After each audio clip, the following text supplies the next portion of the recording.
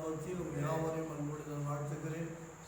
கடந்த 4 வார காலமாய் நம் சபையில் கூடி ஜெபிக்க ஆராதிக்க முடியாமல் போனாலும் இவ்விதமாய் இந்த காணொலி மூலமாய் தேவனை ஆராதிக்கும்படி தேவன் நமக்கு ஒரு பெரிய பாராட்டின தயவிறக்கங்களுக்காக கர்த்தருக்கு நம்ம நன்றி சொல்ல போகிறோம்.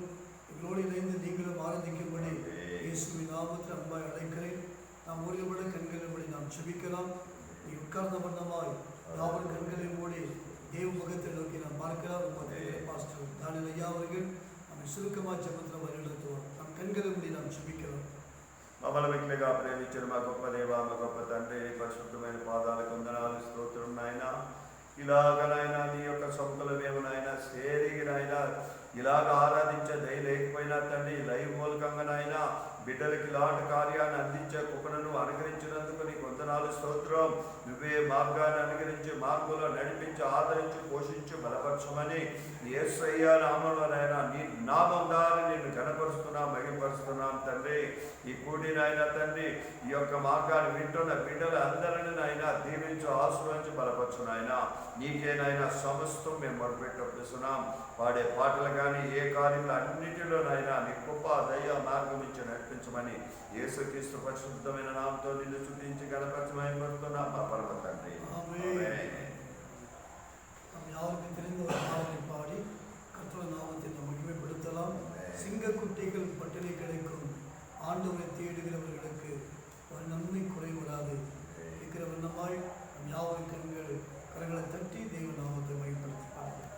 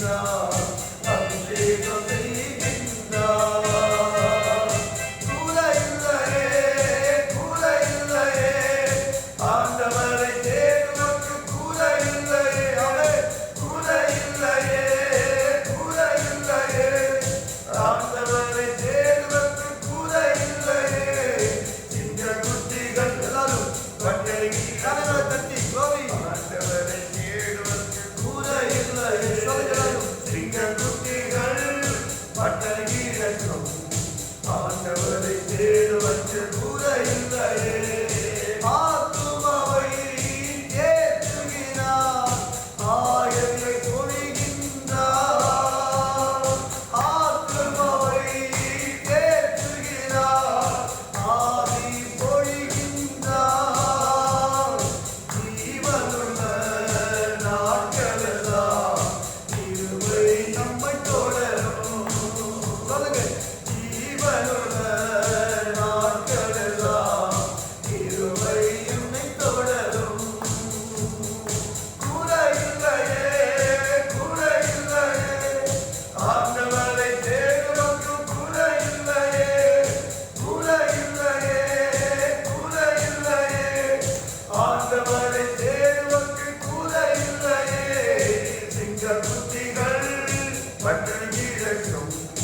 ஆண்டவரை தேடுவதற்கு கூட இல்லையே.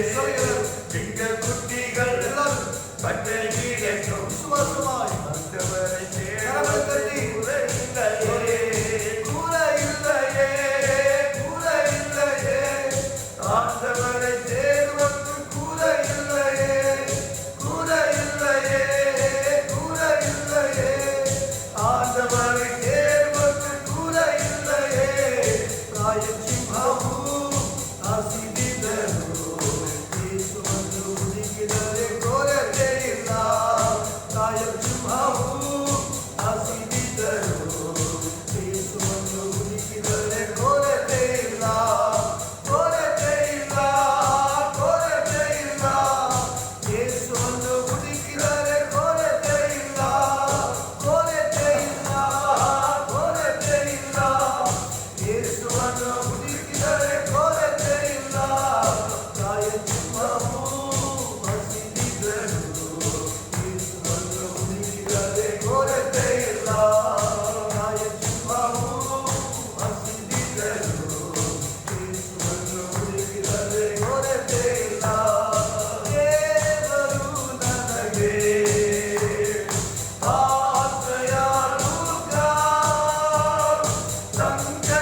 ಸಂಕಟದಲ್ಲಿರುವೆ ಸಿದ್ಧ ಸಹಾಯಕ. ಕಡಲಲ್ಲಿ ಉದಗರು ಮುಳುಗಿದರು ಭಯವಿಲ್ಲ. ಈ ಭೂಮಿ ಅಳಿದರೂ ನನಗೇನು ಭಯವಿಲ್ಲ. ದೇವರು ನನಗೆ ಆಶ್ರಯದುರ್ಗ,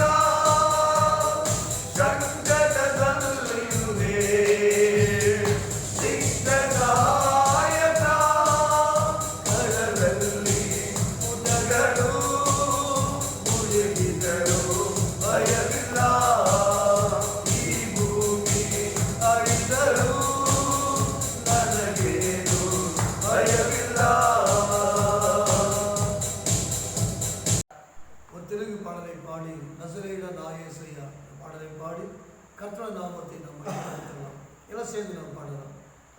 నజరేయుడా నా యేసయ్యా, ఎన్ని యుగాలుకైనా ఆరాధ్య దైవము నీవేనని గళమెత్తి నీ కీర్తినే చాటెదా. నజరేయుడా నా యేసయ్యా, ఎన్ని యుగాలుకైనా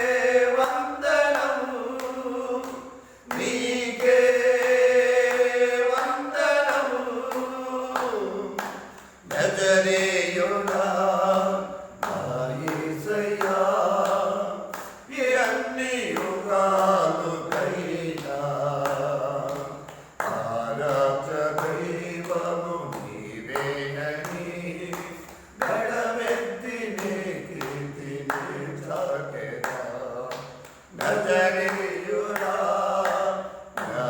யேசையா. கர்த்தருடைய வார்த்தைக்கு நேரே நாம் கடந்து போகலாம். இந்த நாள் உங்கள் தியானத்திற்கு ஆதாரமாய் கர்த்தர் கொடுத்த வார்த்தை நாம் வாசித்து அதை நாம் தியானம் பண்ணி நாம் ஜெபம் பண்ண போகிறோம். இரண்டு தேவ பிள்ளைகளே, மார்க் எழுதின சுவிசேஷம் 11வது அதிகாரம் 24வது வசனமும் 25வது வசனமும் நான் வாசிக்கிறேன். மார்க் 11ஆம் அதிகாரம் 24, 25 2 வசனங்களை நான் வாசிக்கிறேன். ஆதலால் நீங்கள் ஜெபம் பண்ணும் போது எவைகளை கேட்டுக்கொள்வீர்களோ அவைகளை பெற்றுக்கொள்வோம் என்று விசுவாசியுங்கள், அப்பொழுது அவைகள் உங்களுக்கு உண்டாகும் என்று சொல்லுகிறேன். நீங்கள் நின்று ஜெபம் பண்ணும்போது ஒருவன் பேரில் உங்களுக்கு யாதொரு குறை உண்டாயிருக்குமானால் பரலோகத்தில் இருக்கிற உங்கள் பிதா உங்கள் தப்பிதங்களை உங்களுக்கு மன்னிக்கும்படி அந்த குறையை அவனுக்கு மன்னியுங்கள். நீங்கள் மன்னியாதிருப்பீர்களானால் பரலோகத்தில் இருக்கிற உங்கள் பிதாவும் உங்கள் தப்பிதங்களை மன்னியாதிருப்பார். நீங்கள் நின்று ஜெபம் பண்ணும் போது ஒருவன் பேர் உங்களுக்கு குறை உண்டாயிருக்குமானால் அந்த குறை அவர்களுக்கு மன்னியுங்கள். என் அன்பு தேவ பிள்ளைகளே, நல்ல கவனிங்க.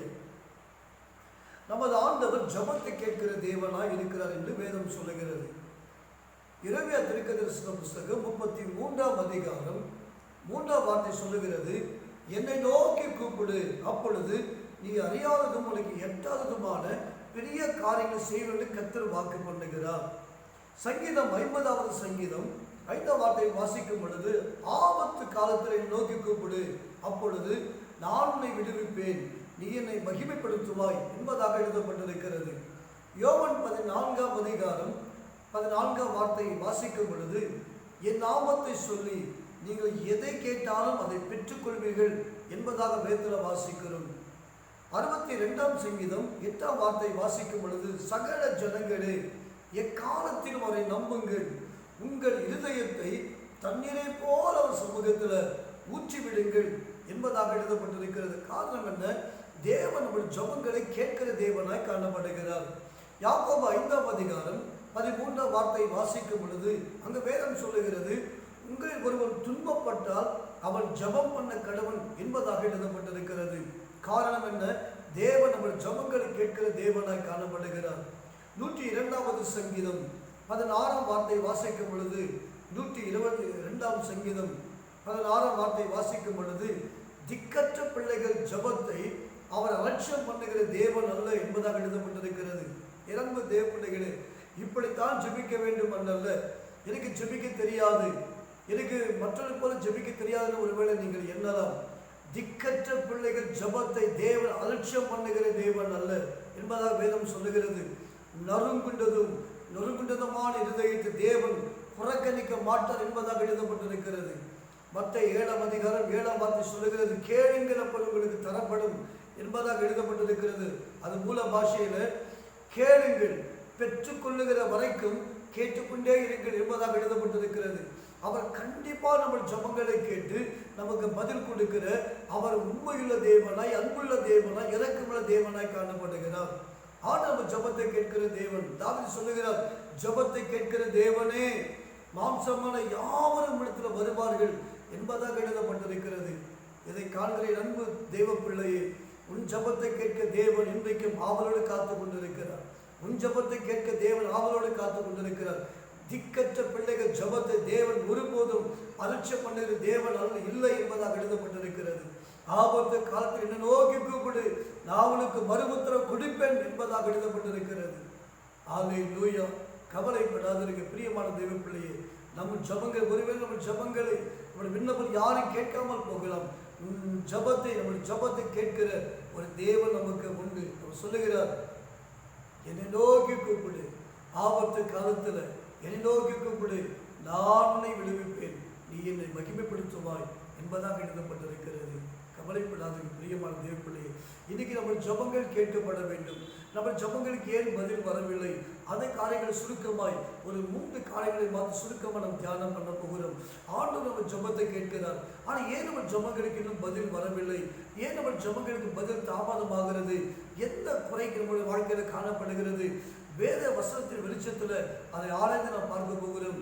இந்த வசனங்களை வாசிக்கும் பொழுது தேவப்பிள்ளையே, நம்முடைய வாழ்க்கையை நம்ம சரி பண்ணி கொள்ளுகிற பொழுது நம்முடைய ஜெபங்களுக்கு பதில் கொடுப்பதற்கு தேவன் இன்றைக்கும் உண்மையுள்ள தேவனாய் காணப்படுகிறார். வாசித்த வேத பகுதி என்ன சொல்லப்பட்டிருக்கிறது? நீங்கள் இன்று ஜெபம் பண்ணும் பொழுது ஒருவன் பேரில் குறை உண்டாயிருக்குமானால் அந்த குறை அவர்களுக்கு மன்னியுங்கள் என்பதாக எழுதப்பட்டிருக்கிறது. இரண்டு தேவப்பிள்ளை கவனிங்க, கர்த்தருடைய வார்த்தை சொல்லுகிறது, ஒருவன் பேரில் உங்களுக்கு குறை உண்டாயிருக்குமானால் அந்த குறை முதலாவது நீங்கள் மன்னியுங்கள் என்று எழுதப்பட்டிருக்கிறது. தேவப்பிள்ளை நாம் ஜெபிக்கிறோம். இன்னைக்கு கவனிங்க, உலகம் முழுவதிலுமாய் கரோனா கிருமியினால பயங்கரமான பதற்றமான சூழ்நிலை காணப்படுகிறது. இன்னைக்கு உலகமே தேவன் நோக்கி நாம் ஜெபித்துக் கொண்டிருக்கிறோம். கட்டாயமாக தேவன் பதில் கொடுக்க போகிறார். கட்டாயமான ஜெபத்தை கேட்டு பெரிய காரியம் செய்வார். ஆனால் வேத வசனம் சொல்லுகிறது, ஜெபிக்கிற நம்முடைய வாழ்க்கையில் இருக்கிற சின்ன சின்ன குறைகளை நாம் சரி பண்ணுகிற பொழுது நம்முடைய ஜெபங்களுக்கு பதில் கொடுக்க தேவனும் வல்லமையுள்ள தேவனாய் காணப்படுகிறார். நீங்கள் ஜெபிப்பதற்கு முன்பதாக, நாம் தேசத்துக்காய் அழிந்து போகிற மக்களுக்கு மற்ற காரியங்களுக்கு ஜெபிப்பதற்கு முன்பதாக ஒருவன் பேரில் குறை உண்டாயிருக்குமானால் அந்த குறை அவர்களுக்கு மன்னியுங்கள் என்பதாக எழுதப்பட்டிருக்கிறது. நல்லா புரிந்து கொள்ளுங்க. மனுஷனும் முகத்தை பார்க்கிறான், தேவனும் உள்ளத்தை காண்கிற தேவன் என்பதாக வேதவசனம் சொல்லப்பட்டிருக்கிறது. அல்லேலூயா. தேவனை கவனிங்க. மத்தேயு 18ஆம் அதிகாரம் 35ஆம் வார்த்தை சொல்லுகிறது, மனப்பூர்வமாய் நீங்கள் மன்னியுங்கள் என்பதாக எழுதப்பட்டிருக்கிறது. ஒரு சகோதரன் பேரில் உனக்கு குறை உண்டாயிருக்குமானால் அல்லது கசப்பு உண்டாயிருக்குமானால் அவர்களுக்கு நீங்கள் மன்னிக்கிறதில்ல, மனப்பூர்வமாய் மன்னிக்க வேண்டுமா? மனப்பூர்வம் மன்னிக்கும் பொழுது ஆண்டவர் நம்ம ஜெபங்களை கேட்டு பதில் கொடுக்க உண்மையில தேவனாய் காணப்படுகிறார். மத்தேயு 5ஆம் அதிகாரம் 23ஆம் வார்த்தை சொல்லுகிறது, உங்கள் சத்துருக்களை சிநேகியுங்கள், உங்கள் சபிக்கிறவர்களை ஆசீர்வதியுங்கள், துன்பப்படுத்துகிற மக்களுக்காக ஜெபம் பண்ணுங்கள் என்று இயேசு நமக்கு முன்பாக கற்றுக் கொடுத்தார். சத்துருக்களை நாம் சிநேகிக்க வேண்டும். தேசத்துக்காக ஜெபிக்கிற நாம் தேவ பிள்ளையை நல்லா புரிந்து கொள்ளுங்க. நம் உள்ளத்தை நாம் பரிசோதித்து பார்க்க போகிறோம். இன்னைக்கு நான் தேசத்துக்காக நான் ஜெபித்துக் கொண்டிருக்கிறேன், என் மக்களுக்கு அழுது புலம்பித்தால் உபவாசம் ஜெபித்துக் கொண்டிருக்கிறேன். ஆனால் நம் உள்ளத்தை தேவன் காண்கிற தேவன், நம்ம ஜபத்தை விட நம் உள்ளத்தை தேவன் காண்கிற தேவனாய் காணப்படுகிறார். யார் மேல கஷ்டமில்லாதபடி, கோபம் இல்லாதபடி நம் இருதயம் தேவனுக்கு முன்பாக செம்மையா இருக்க வேண்டும் என்று விரும்புகிறார். யாதொரு ஒருவன் பேரிலும் குறை உண்டாயிருக்குமானால் முதலாவது நீங்கள் மன்னியுங்கள் என்பதாக வேதவசனம் நமக்கு சொல்லுகிறது. முதலாவது நீங்கள் மன்னிங்க, பிறகு வந்து ஜெபம் பண்ணுங்க என்பதாக எழுதப்பட்டிருக்கிறது. ரோமர் 22ஆம் அதிகாரம் 1ஆம் வசனத்தை வாசிக்கும் போது, என் அன்பு தேவப்பிள்ளை கவனிங்க, மற்றவர்களை குற்றமடைத்திருக்கிறவன் நீ யாராக இருந்தாலும் சரி, போக்கு செல்வனுக்கு இடமில்லை. மற்ற குறை சொல்ல நாம யார்? நமக்கு யார் அதிகாரம் கொடுத்தது? ஆகவே தேவப்பிள்ளை யாரை குறை சொல்லாதபடிக்கு, யாரும் பழி சொல்லாதபடிக்கு, யாரும் கஷ்டமில்லாதபடிக்கு, நம் விரோதமாக யார் என்ன வார்த்தை பேசினாலும் என்ன காரியம் செய்தாலும் மனப்பூர்வமாய் நாம் மன்னிக்க வேண்டும் என்பதாக எழுதப்பட்டிருக்கிறது. ஆகவே கல்வாரி சிலுவையில் ஆண்டவராக இயேசு கிறிஸ்து சிலுவையின் முதல் வார்த்தையாக, பிதாவே தாங்கள் செய்வது இன்னதென்று அறியாதிருக்கிறார்களே, தாங்களுக்கு மன்னியும் என்று சொல்லி முதல் வார்த்தையாக அவர் மன்னிப்பு கேட்டு ஜெபம் பண்ணினார். பிதாவினுக்கு ஜெபம் பண்ணினார். சிலுவை அடித்தவர்கள் தண்டனை வராதபடி, சிற்றை வராதபடிக்கு, தேவ கோபாக்கினை வராதபடிக்கு, அவர்கள் செய்கிற காரியம் என்னதென்று அறியாமல் இருக்கிறாங்க ஆண்டவரே, அவர்களுக்கு மன்னியும் என்று சொல்லி தேவன் அங்கு அவர்கள் ஜெபிப்பதை நாம் பார்க்கிறோம். கெத்செமனே தோட்டத்தில் காட்டி கொடுத்த யூதாசை குறித்து வேதம் சொல்லுகிறது, சிநேகிதனே என்று இயேசு அழைத்தாராம். காட்டி கொடுத்த யூத பணத்தின் மோகம் கொண்டு பண ஆசையினால இயேசுவை காட்டி கொடுத்தவனை இயேசு பார்த்தார், சிநேகிதனே என்று அழைத்தார். சத்ருவையும் கூட இயேசு அன்றைக்கு நேசித்தார். அவர் இயேசுதான் நமக்கு முன்மாதிரியாக காணப்படுகிறார். சிலுவையில் அடைந்தவர்களுக்காக அவர் ஜெபம் பண்ணினார். இதை கத்த சொல்லாது, நீங்கள் சத்துருக்களை சிநேகியுங்கள் என்பதாக எழுதப்பட்டிருக்கிறது. இதை பார்க்க அன்பு தேவப்பிள்ளையை கொண்டு விதத்தை யோசித்து பாருங்க, பரிசோதித்து பாருங்க. நமக்கு யாருங்களை கஷ்டப்பே இல்லையா? யார் மேல கோபம் இல்லையா? இன்னைக்கு தேசத்துக்காக ஜெபிக்க நாம் வந்திருக்கிறோம். இன்னைக்கு இந்த வியாதி நிமித்தமாக அழுது புலம்பி நாம் ஜெபித்துக் கொண்டிருக்கிறோம். இன்னும் எத்தனை மாத காலங்களில் செல்லும் என்று நமக்கு தெரியல. வியாதி யார் நிமித்தம் வந்தது, எப்படி வந்து நமக்கு தெரியல. தேவ இரக்கத்திற்காக நாம் ஜெபித்துக் கொண்டிருக்கிறோம்.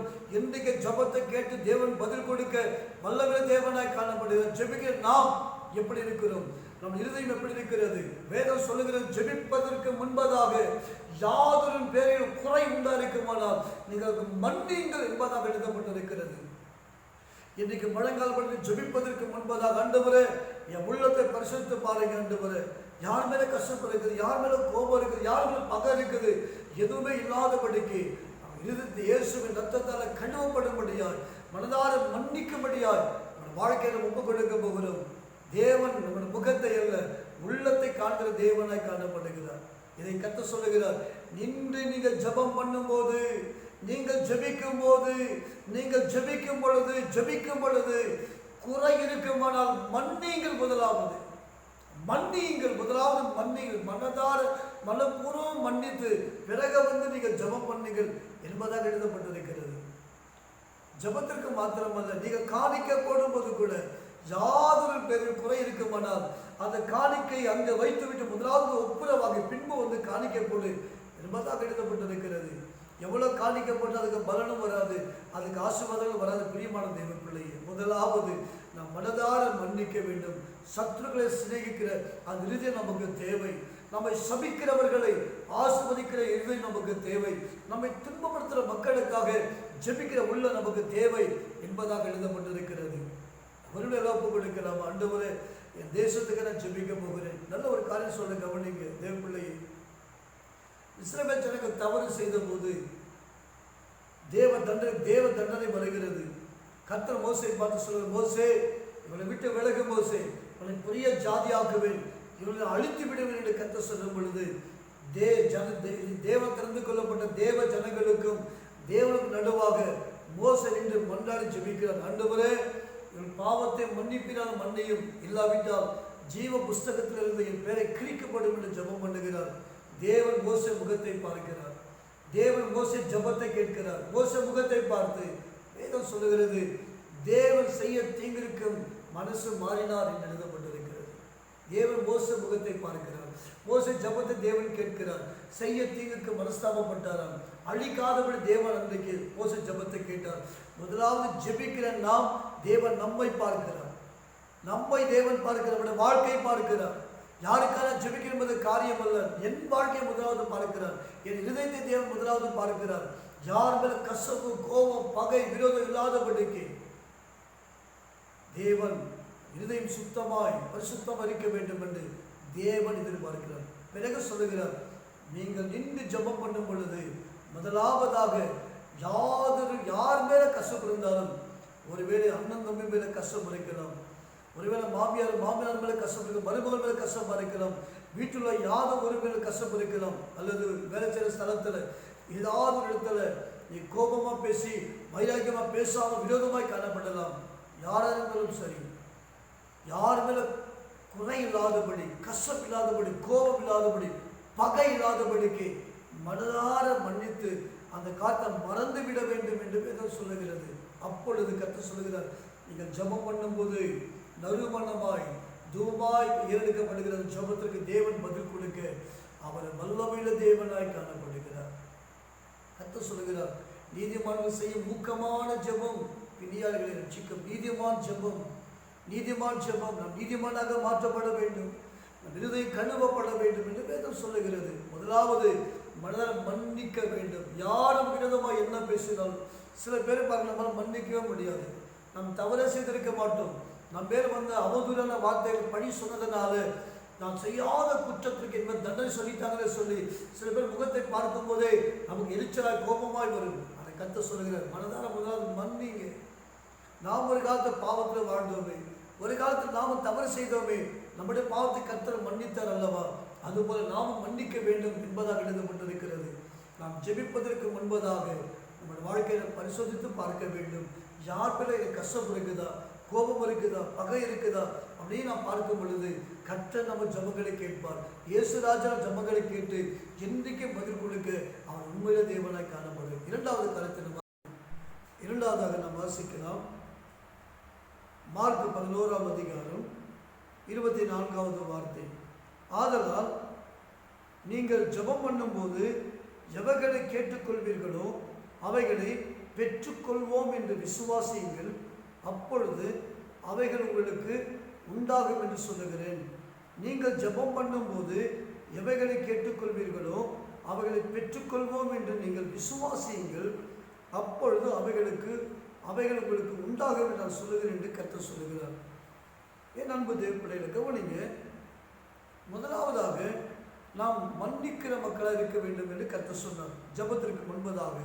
இரண்டாவது, விசுவாசம் உள்ளவர்களாய் ஜெபத்தில் எவைகளை கேட்டுக்கொள்வீர்களோ அவைகளை பெற்றுக்கொள்வோம் என்று நீங்கள் விசுவாசியுங்கள், அப்பொழுது உங்களுக்கு உண்டாகும் என்பதாக எழுதப்பட்டிருக்கிறது. விசுவாசம், நம்முடைய விசுவாசம் தான் ஜெபத்துக்கு பதிலை கொண்டு வரும் என்பதாக எழுதப்பட்டிருக்கிறது. யாக்கோபு 1ஆம் அதிகாரம் 6ஆம் வசனத்தை வாசிக்கும் பொழுது, சந்தேகப்படுகிறன் தேவனிடமிருந்து எதையாக பெறலாம் என்று நினையாதிருப்பானாக. சந்தேகப்படுகிறவன். கவனிங்க, நாம் ஜெபிக்கிறோம். நாம் ஜெபிக்கிற ஜெபத்துக்கு நமக்கு விசுவாசம் வர வேண்டும்.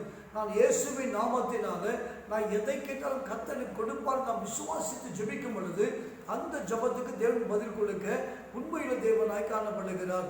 ஏனென்றால் சந்தேகப்படுகிறவன், சில பேர் பார்த்தீங்கன்னா ஜெபித்து பார்க்கலாம், உபவாசம் பண்ணி பார்க்கலாம், சபைக்கு போய் பார்க்கலாம் என்று பார்க்கலாம் என்று சொல்லி அவிசுவாசமான வார்த்தைகள் பேசிக்கொண்டே இருப்பார்கள். நம்முடைய வாயில் வருகிற ஒவ்வொரு வார்த்தையும் விசுவாசம் உள்ள வார்த்தைகளாக வர வேண்டும். என் ஜெபத்துக்கு கர்த்தர் பதில் கொடுப்பார், என் ஜெபத்தை கர்த்தர் கேட்பார் என்று நாம் விசுவாசிக்கும் பொழுது நம்முடைய ஜெபங்களுக்கு தேவன் பதில் கொடுக்க அவர் வல்லமையுள்ள தேவனாய் காணப்படுகிறார். சந்தேகப்படுகிறவன் எந்த ஆசீர்வாதங்களையும் பெற்றுக்கொள்ளவே முடியாது என்பதாக எழுதப்பட்டிருக்கிறது.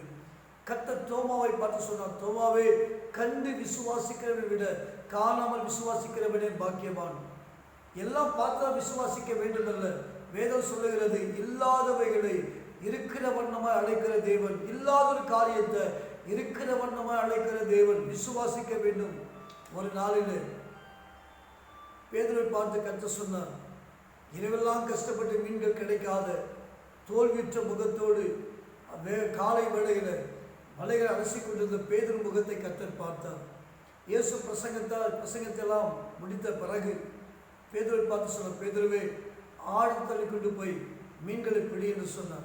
பேதுரு சொன்னார், ஆண்டவரே, ராமனும் கஷ்டப்பட்டுட்டேன், ஆண்டவரே, ராத்திரியெல்லாம் கஷ்டப்பட்டுட்டேன், எனக்கு ஒரு மீன் கூட அகப்படலை. எனக்கு தெரியும் இரவெல்லாம் மீன் கிடைக்கல, பகலில் கிடைக்காதுன்னு பேதுருவுக்கு நன்றாக தெரியும். அதை சொல்லுகிறார், கர்த்தாவே, போதகரே, ராத்திரியெல்லாம் கஷ்டப்பட்டுட்டேன், ஒரு மீன் கூட அகப்பட. கொஞ்சம் யோசித்து பாருங்க, ராத்திரி எல்லாம் கஷ்டப்பட்டுட்டேன், இரவு முழுவதில் கஷ்டப்பட்டுட்டேன், இந்த பகல் ஒரு மீன் கூட இல்லை, ஒரு மீன் எனக்கு அகப்படலை, பகலப்பட்ட மீன் கிடைக்காது, ஆனாலும் உங்களுடைய வார்த்தையின்படி நான் மலையை போடுகிறேன்னு சொல்லி அந்த படகை ஆழத்தை தள்ளி கொண்டு போய் மலையை போடுகிறார். என் அன்பு, என்ன அதிசயம், என்ன அதிசயம்! இல்லாத ஒரு காரியத்தை, இல்லாத மீன்களை வலை போட்டவுடனே வலை கிழியத்தக்கதாக 2 படகுகள் அமிழ்த்தக்கதாக மீன்களை பிடித்தார்கள் என்று வேத வசனத்தில் வாசிக்கிறோம். இல்லாத ஒரு காரியத்தை இருக்கிற வண்ணம் அழைக்கிற தேவன், அவருடைய வார்த்தையை விசுவாசித்து அவர் வார்த்தையை நம்பினதனால தேவன் 2 படகுகள் அமிழ்த்தக்கதாக மீன்களை பிடிக்கும்படி தேவன் அங்கு அற்புதம் செய்தார் என்று வாசிக்கிறோம். உனக்கும் அற்புதம் செய்வார். நாம் விசுவாசிக்கும் பொழுது, விசுவாசித்து நாம் ஜெபிக்கிற பொழுது தேவன் ஜெபத்துக்கு பதில் கொடுக்க உண்மையில தேவனாய் காணப்படுகிறார். எபிரேயருக்கு எழுதின நிருபம் 11ஆம் அதிகாரம் 6ஆம் வார்த்தை சொல்லுகிறது, விசுவாசம் இல்லாமல் தேவனுக்கு பிரியமாக இருப்பது என்பது கூடாத காரியம். விசுவாசம் இல்லாமல் நம்ம வாழ்க்கையில் விசுவாசம் இல்லாமல் தேவனுக்கு பிரியமாக இருப்பது என்பது கூடாத காரியம் என்பதாக எழுதப்பட்டிருக்கிறது. எபிரேயர் 4ஆம் அதிகாரம் 2வது வார்த்தை வாசிக்கும் பொழுது, அவர்கள் விசுவாசம் இல்லாமல் கேட்டபடினால கேட்ட வார்த்தைகள் அவருக்கு பிரயோஜனப்படவில்லை. இது எத்தனையோ வசனங்களை கேட்கிறோம், எத்தனை பிரசங்கங்களை கேட்டுக்கொண்டு இருக்கிறோம். அது கேட்கிற வசனங்களும் வார்த்தைகளும் விசுவாசம் இல்லாமல் கேட்டுக்கொண்டிருக்கிறபடினால நாம் கேட்கிற பிரசங்கங்களும் வார்த்தைகளும் நம்முடைய வாழ்க்கையில் ஆசீர்வாதங்களை கொண்டு வரவில்லை என்பதாக எழுதப்பட்டிருக்கிறது. மத்தேயு 21ஆம் அதிகாரம் 22ஆம் வார்த்தை சொல்லுகிறது, விசுவாசம் உள்ளவர்களாகி ஜபத்தில் எவைகளை பெற்றுக்கொள்வோம் என்று நீங்கள் விசுவாசிக்கிறீர்களோ அவைகள் உங்களுக்கு உண்டாகும் என்பதாக இயேசு சொன்னார். விசுவாசம் உள்ளவர்களாகி, ஜெபித்த பிறகு விசுவாசம் அல்ல, முதலாவது விசுவாசம். விசுவாசம் உள்ளவர்களாகி ஜபத்தில் எவைகளை கேட்டுக்கொள்வீர்களோ அவைகளை பெற்றுக்கொள்வோம் என்று விசுவாசியுங்கள், அப்பொழுது அவைகள் உங்களுக்கு உண்டாகும் என்பதாக எழுதப்பட்டிருக்கிறது. இன்றைக்கு நம்முடைய வாழ்க்கையில் இருக்க எல்லா சந்தேக எண்ணங்களை எடுத்து போடுவோம். யாக்கோபு சொல்லுகிறார், சந்தேகப்படுகிறவன் எந்த ஆசீர்வாதங்களை பெற்றுக்கொள்ளவே முடியாது. கண்டு விசுவாசிக்கிறவர்களை காணாமல் விசுவாசிக்கிறவர்கள் பாக்கியவான். ராமுடன் கஷ்டப்பட்டு மீன் கிடைக்கல, இயேசுவின் வார்த்தை நம்பி வளையப்பட்டதனால 2 படகுகள் அமிழ்த்தக்கதாக மீன்கள் பிடித்தார்கள் என்று எழுதப்பட்டிருக்கிறது. என்பது தேவனுடைய மத்தேயு 8ஆம் அதிகாரம் 10ஆம் வார்த்தை வாசிக்கும் பொழுது அங்கு 100க்கு அதிபதி இருக்கிறார். இயேசுவை நோக்கி வருகிறான். ஆண்டவரே, வீட்டிலே வேலைக்காரன் சுகவீனமாய் கிடக்கிறான், அவனுக்கு சுகமாக்க வேண்டும் என்று இயேசுவிடம் பிரார்த்திக்கிற பொழுது இயேசு சொன்னார், நான் வந்து அவள் சுகமாக்குகிறேன் என்று சொல்லுகிறார். உடனே 100க்கு அதிபதி சொல்லுகிறார், ஆண்டவரே, நீர் என் வீட்டுக்கு வருவதற்கு நான் பாத்திரவான் அல்ல, நான் பாவியாக காணப்படுகிறேன், பரிசுத்தமுள்ள தேவன், என் வீட்டுக்கு நீ வர வேண்டாம், ஒரு வார்த்தை மாத்திரம் சொல்லும், என் வேலைக்காரன் பிழைப்பான் என்று இயேசு சொன்ன பொழுது, அந்த 100க்கு அதிபதி இயேசுவுக்கு சொன்ன பொழுது, நீ போகலாம் என்று வேலைக்காரன் சுகமாக இருக்க கர்த்தர் சொல்லி அனுப்பினார். என் அன்பு தேவ பிள்ளைகளை கவனிங்க, அது 100க்கு அதிபதி இயேசுவின் வார்த்தை மீது அவன் விசுவாசம் வைத்ததனால, நம்பிக்கை வைத்ததனால சுகவீனமாய் கிடைக்கிற சாக கிடந்த வேலைக்காரன் சொஸ்தமானன் என்று எழுதப்பட்டிருக்கிறது. ஒரு வார்த்தை மாத்திரம் சொல்ல ஆண்டவரே, என் வேலைக்காரன் பிழைப்பான் என்று சொன்ன பொழுது அவன் விசுவாச வார்த்தை அவன் வேலைக்காரன் சுஸ்தமாகுவதற்கு அது காரணமாக.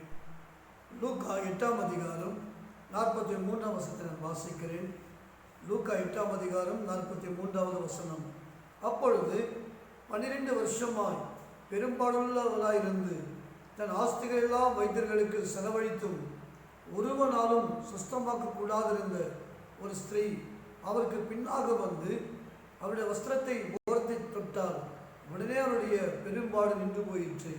என் அன்பு தேவப்பிள்ளைகளே, ஒரு பெரும்பாடுள்ள ஸ்திரீ பயங்கரமான வெளியே சொல்ல முடியாத வியாதினால வேதனைப்பட்டு கொண்டிருக்கிறார். அப்பொழுது இயேசு அந்த வழியாக, இந்த ஊர் வழியாக போகிற என்று கேள்விப்பட்டு வெளிப்படையாக வந்து ஜெபித்துக் கொள்ள முடியாதபடிக்கு இயேசுவுக்கு பின்னால் வந்து இயேசுவின் வஸ்திரத்தை ஓர்த்து தொட்ட உடனே வேதம் சொல்லுகிறது, இயேசுவின் வஸ்திரத்தை தொட்ட உடனே அவர் சுகமடைந்தால் என்று எழுதப்பட்டிருக்கிறது. கவனிங்க, இயேசுவிடம் ஒரு வார்த்தையும் சொல்லலை, தன்னுடைய வியாதியை இயேசுவிடம் சொல்லலை, தன் முகத்தை இயேசுவுக்கு காண்பிக்கல. இயேசு ராஜாவுக்கு தெரியாம பின்னால போய் வஸ்திரத்தை தொட்ட உடனே அவர் சுகமடைந்தால் 12 வருஷமாய் எவ்வளவோ பணம் செலவழித்தும் கூட கொஞ்சமாக குணமாகாதிருந்த அந்த பெரும்பாடுள்ள ஸ்திரீ இயேசுவின் வஸ்திரத்தை தொட்டவுடனே சுகமடைந்தார் என்று வேதம் சொல்லுகிறது. ஒரே ஒரு காரணம், அவருடைய விசுவாசம். 100க்கு அதிபதி அவர் வார்த்தை மீது விசுவாசம் வைத்தான். பேதுரு அவர் வார்த்தை மீது விசுவாசம் வைத்தான். இந்த பெரும்பாடுள்ள ஸ்திரீ வஸ்திரத்தின் மீது விசுவாசம் வைத்தார். வஸ்திரத்தை தொட்டால் போதும் நான் சுகமாவே என்று விசுவாசித்ததுனால அவன் சுகத்தை பெற்றுக்கொண்டார். என் அன்பு தெய்வ பிள்ளையே, யோவான் 11ஆம் அதிகாரத்தில் இயேசுக்கு அன்பார்ந்த சீஷன் லாசரு மரித்து போகிறார். இயேசு அந்த பெத்தானி கிராமத்துக்கு வருவதற்கு 4 நாட்கள் ஆகிறது. லாசருவை கடையில் அடக்கம் பண்ணி விட்டார்கள். இயேசு அந்த ஊருக்கு வந்தவுடனே மார்த்தாலும் மரியாளும் கண்ணீரோடு ஒரு பாத்திரம் விட அழுகிறார்கள். அவள் அழுகிறதை இயேசு பார்த்தபோது இயேசுவும் கண்ணீர் விட்டார் என்று வாசிக்கிறோம். பிறகு இயேசு சொல்லுகிறார், நீங்கள் விசுவாசமுள்ளாயிருங்கள், அவன் உயிரோடு வருவான் என்று சொல்லும் பொழுது அவர் சொல்கிறாங்க, அவன் உயிர்த்தெழுவான் ஆண்டவரே, கடைசி நாட்டை உயிர்த்தெழுவான் என்று மார்த்தா மரியா சொல்லுகிற பொழுது இயேசு, ஸ்திரீயை நம்புங்கள், என்னை விசுவாசித்தால் தேவ மகிமை காண்பீர்கள். தேவ மகிமை விசுவாசம் உள்ளவர்களாயிருங்கள். விசுவாசிக்கிறவர்களுக்கு விசுவாசம் உள்ளவர்களாக இருந்தால் என் மகிமை காண்பீர்கள் என்று சொல்லி மரித்து போய் 4 நாட்களாகின லாசருவை உயிரோடு இயேசு எழுப்பி தந்தார். தேவ பிள்ளையே, விசுவாசம் இல்லாமல் தேவனுக்கு பிரியமாக இருப்பது என்பது கூடாத காரியம். தைரியமாக இருங்க. நம்ம ஜபத்துக்கு பதில் வருவதற்கு முதலாவது மன்னிக்கிற பிள்ளைகள் நாம் இருக்க வேண்டும். 2வது விசுவாசம் இருக்கிறதா இருக்க வேண்டும். சந்தேகப்படாமல் நாம் எதற்காக நாம் ஜெபிக்கிறோமோ அதை முழு மனதோடு விசுவாசிக்கும் பொழுது அவைகள் நமக்கு உண்டாகும் என்று எழுதப்பட்டிருக்கிறது. சில ஜபங்கள் தாமதமானாலும் ஒரு நாள் தடைப்படாது. கர்த்தர் சொன்னார், கடுகள விசுவாசம் போதும், கடுகள விசுவாசம் இருந்தால் அற்புதங்களை காண்பீர்கள் என்று கர்த்தர் சொல்லுகிறார். இன்றைக்கு அந்த விசுவாசம் உள்ளவர்கள் நாம் ஜெபிக்கும் பொழுது கர்த்தர் நம்ம ஜபங்களை கேட்டு நமக்கு பெரிய காரியம் செய்வதற்கு தேவன் வல்லமையுள்ள தேவனாய் காணப்படுகிறார். ஒரு நிமிடம் நாம் கண்கள் மணி நாம் ஜெபிக்கலாமா? இருக்கிற இடத்துல ஒரு கண்கள் மணி ஜபம் பண்ணுங்க. எல்லாம் நாம் ஜெபிக்கலாமா? இன்றைக்கு நாம் மணிக்கணக்காக நாம் ஜெபித்து கொண்டிருக்கிறோம். நம்முடைய தேசத்துக்காக நாம் ஜெபித்து கொண்டிருக்கிறோம். ஜெபிக்க நம்முடைய வாழ்க்கையில் கசப்பு, வெறுப்பு, கோபம், மன்னிக்க முடியாத சுபாவம் நமக்கு இருக்க மாட்டார். கர்த்தர் ஜெபத்தை கேட்க மாட்டார். யார் மீதாவது கசப்பு இருக்க மாட்டார். இன்றைக்கு அதெல்லாம் மனதார மன்னிக்க போகிறோம். ஆண்டவரே, என்னை மன்னியும் ஆண்டவரே, நான் உங்களை மனதார மன்னிக்கிற ஆண்டவரே. சத்துருக்களை சிநேகிங்கள் நீங்கள் சொன்னீங்களே, நான் நேசிக்கிறேன் ஆண்டவரே, நான் மன்னிக்கிறேன்னு சொல்லுங்க. இன்னைக்கு நம்ம ஜெபங்களை கர்த்தர் கேட்டு பதிலை கொடுப்பார். இரண்டாவதாக நம்ம சந்தேக எண்ணங்கள் எல்லாவற்றையும் எடுத்து போட்டு எனக்கு இந்த விசுவாசம் உள்ளவனாக என்னை மாற்றும் என்று நாம் ஜெபிக்கிற பொழுது கர்த்தர் நம்ம ஜெபத்தை கேட்டு அந்த விசுவாச கிருபையை, விசுவாச வரத்தை தேடி கொடுக்க அவர் உண்மையுள்ளவராக இருக்கிறார். நாம் ஜெபிக்கலாமா? நல்ல பிதாவே, ஆசீர்வதிக்கப்பட்ட இந்த கிருபையின் வேலைக்காக உமக்கு ஸ்தோத்திரம் ஆண்டவரே. எங்களோடு பேசின வார்த்தைகளுக்காக உமக்கு ஸ்தோத்திரம் தகப்பனே. இந்த நாளிலே சபையில் கூடி ஆராதிக்க முடியாமல் சில தடைகள் இருந்தாலும் கூட ஆண்டவரே, இருக்கிற இடங்களில் நாங்கள் இந்த காணொலி வாயிலாக தேவனை ஆராதிக்கும்படி, ஜெபிக்கும்படி, வசனங்களை தியானம் பண்ணும்படி கொடுத்த கிருபைகளுக்காக நன்றி பிதாவே. இந்த வசனங்களை கேட்கிற ஒவ்வொரு பிள்ளைகளை இயேசுவின் நாமத்தில் ஆசீர்வதிக்கும்படி நாங்கள் ஜெபிக்கிறோம் ஆண்டவரே. அப்பா, ஏசாயா 1:15 சொல்லுகிறது, நீங்கள் மிகுதியா ஜெபம் பண்ணினாலும் கேட்க மாட்டேன், கைகளை சுத்திகரியுங்கள், உள்ளத்தை சுத்திகரியுங்கள் என்பதாக எழுதப்பட்டிருக்கிறது. கசப்போடு, வெறுப்போடு, கோபத்தோடு ஜெபம் பண்ணாதபடிக்கு சுத்த மனசாட்சியோடு இயேசுவின் இரத்தத்தால் கழுவப்பட்ட நிச்சயத்தோடு நாங்கள் ஜெபிக்கிற பிள்ளைகளாய் நீங்கள் அப்படி மாற்றும்படியாக நாங்கள் ஜெபிக்கிறோம் ஐயா. எங்கள் வாழ்க்கையில் காணப்படுகிற அவிசுவாச எண்ணங்கள், சந்தேக எண்ணங்கள் எல்லாவற்றையும் எடுத்துப்படுவீராக. விசுவாசம் உள்ளவர்களாக எங்களை மாற்றும்படியாக நாங்கள் ஜெபிக்கிறோம் ஐயா. ஒவ்வொரு குடும்பங்களை இயேசுவின் நாமத்தில் ஆசீர்வதிக்கும்படி நாங்கள் ஜெபிக்கிறேன் தகப்பனே. கூடிய சீக்கிரத்தில் 144 எல்லா சட்டத்தை எடுத்து கர்ஃபியூ எல்லாம் எடுக்கப்பட்டு 4 மணிக்கு திரும்பும்படியாய் தேவன் கிருபை பாராட்டும்படி இயேசுவின் நாமத்தில் ஒப்புக் கொடுக்கிறேன் தகப்பனே. உம்மால் மாத்திரம் முடியும் ஆண்டவரே, உம்மால் மாத்திரம் முடியும் ஆண்டவரே. தேவன் மனமிறங்கும்படி இயேசுவின் நாமத்தில் ஜெபிக்கிறேன். கர்த்தர் மனமிறங்குவீராக ஆண்டவரே.